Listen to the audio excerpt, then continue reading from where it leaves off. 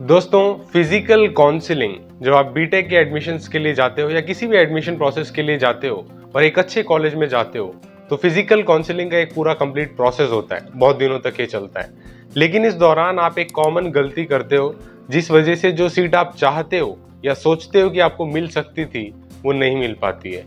ये है दोस्तों इस लाइन के ऊपर कि वैकेंट सीट्स आर टेंटेटिव।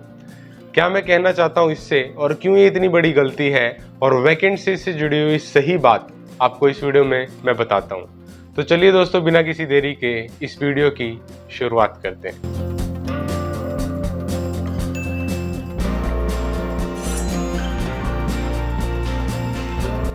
दोस्तों, वैकेंट सीट्स आर टेंटेटिव।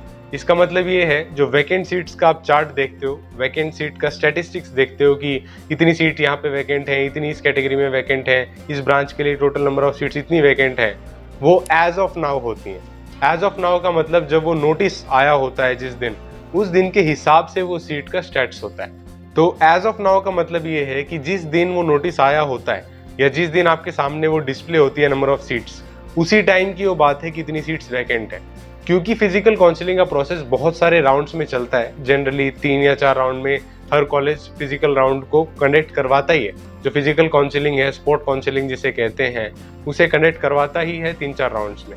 तो ऐसा होता है, बहुत सारे स्टूडेंट्स पहले राउंड में जाते हैं और निराश होकर आ जाते हैं, क्योंकि ज़्यादातर ये सिचुएशन होती है कि उन्हें कहीं दूर ट्रैवल करके जाना होता है, वो नियर बाय कॉलेज के आसपास लोकेटेड नहीं होते।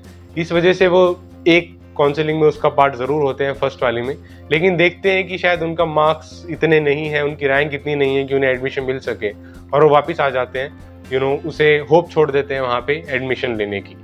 और क्या होता है कि सेकंड काउंसलिंग के दौरान और थर्ड काउंसलिंग के दौरान अनबिलीवेबल चीज़ होती है। ऐसा होता है कि जो ड्रीम ब्रांच आप सोच रहे होते हो उसमें सीट्स वैकेंट बन जाती हैं। अब ऐसा होता क्यों है दोस्तों? क्योंकि आप पहले राउंड में जब पार्ट ले रहे हो तो ऑब्वियसली आप देख के जाओगे कितनी सीट वैकेंट है और आपके सामने ही वो सीट भरेंगी, तो वापस से सीट वैकेंट क्यों हो जाती है? तो दोस्तों, वापस सीट वैकेंट होने का रीज़न ये है क्योंकि ये कंटिन्यूस प्रोसेस है। और जैसा मैं आपको बता रहा हूँ कि स्टूडेंट्स बार बार एडमिशन एक कॉलेज से दूसरे कॉलेज में इधर उधर लेते रहते हैं, ये देखने के लिए कि उन्हें कौन सी ब्रांच अच्छी मिल रही है, किस कॉलेज की मिल रही है।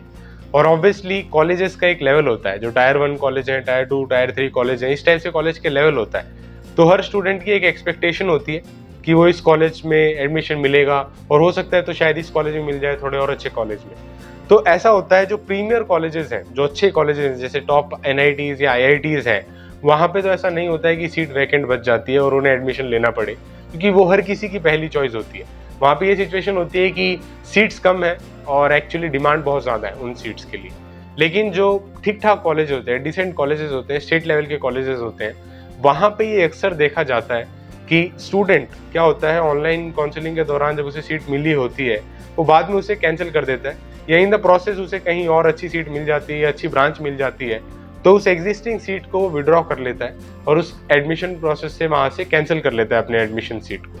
तो इस सिचुएशन में वो सीट वैकेंट बन जाती है, जो स्टार्टिंग में तो नहीं होती, लेकिन जैसे जैसे दिन पास हो रहे हैं, क्योंकि क्या होता है और दूसरे कॉलेजेस में फिजिकल काउंसलिंग हो रही है, तो स्टूडेंट्स हर जगह जाके ट्राई करते हैं कि कैसे उन्हें जो मोस्ट डिजायर्ड ब्रांच है, मोस्ट डिजायर्ड कॉलेज में वो मिल सके। तो इस वजह से वहाँ पे वैकेंट बन जाती है सीट। तो एक चीज़ जो आप इस गलती को ना करें उसके लिए ये है कि आप रेगुलरली, जब तक फिजिकल काउंसलिंग का प्रोसेस चल रहा है, till the institute says the physical counselling process is completely over, जब तक आप उसके नोटिस को रेगुलरली विजिट करते रहें और देखते रहें कि जो करंट वैकेंट सीट का स्टैटस है वो कैसा है, क्या कोई सीट सचमुच में भी वैकेंट है या नहीं है।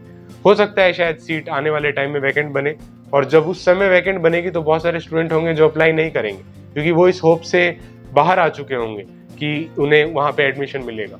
तो यहाँ पे वो लकी अपॉर्चुनिटी आपको मिल सकती है। तो इस वजह से दोस्तों, कभी भी आप एडमिशन लेना चाहते हैं, फिजिकल राउंड में लेना चाहते हैं, किसी डिसेंट कॉलेज यूनिवर्सिटी की मैं यहाँ पे बात कर रहा हूँ, टॉप कॉलेजेस की यहाँ पे बात नहीं कर रहा हूँ, तो ऑब्वियसली वहाँ पे तो सीट वैकेंट इतनी नहीं बचती है। तो अगर आप किसी डिसेंट कॉलेज में एडमिशन लेना चाहते हैं एंड उससे जुड़ी हुई कोई बात है, तो आप हमेशा ध्यान रखिए कि रेगुलरली जब तक फिजिकल काउंसलिंग का प्रोसेस चल रहा है, जब तक आपको रेगुलरली वैकेंट सीट का स्टेटस देखना पड़ेगा, क्योंकि ये एज ऑफ नाउ होता है, यानी जब पब्लिश होता है नोटिस, क्या पता आज हुआ है तो आज के हिसाब से वो सीट है, और जैसे ही नोटिस पब्लिश किया, क्या पता 2 स्टूडेंट्स ने सीट विड्रॉ कर ली उसके बाद, तो उसका स्टैटिस्टिक्स बाद में बाहर आएगा। तो इसीलिए आप रेगुलरली अपडेट करते रहोगे।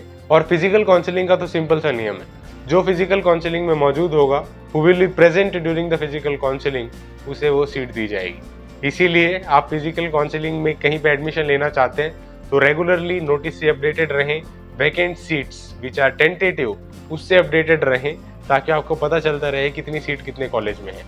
ठीक है, तो आई होप दोस्तों आप इससे रेगुलरली नोटिस को विजिट करेंगे, और अगर कोई जो कॉलेजेस जिसके बारे में हम लोग वीडियो बनाते हैं उसमें किसी की decent amount of seats vacant है, तो ऑब्वियसली हम लोग भी उसके ऊपर वीडियो लाएंगे।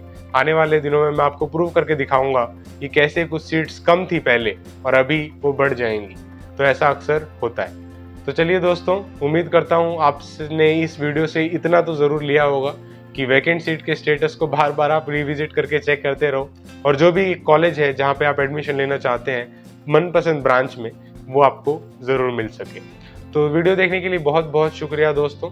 अगर आप HSTS काउंसलिंग के बारे में जानना चाहते हैं कि हरियाणा में काउंसलिंग कैसे होती है, हरियाणा की स्टेट यूनिवर्सिटीज़ में बीटेक के लिए एडमिशन कैसे होता है, तो HSTS काउंसलिंग के बारे में मैंने अलग से एक वीडियो बनाई हुई है जिसके बारे में कंप्लीटली बात की है about HSTS, Haryana state technical education society. जिस वीडियो को आप डायरेक्टली यहाँ पे क्लिक करके देख सकते हो। वीडियो देखने के लिए बहुत बहुत शुक्रिया दोस्तों। Thank you so much for watching. जय हिंद, वंदे मातरम।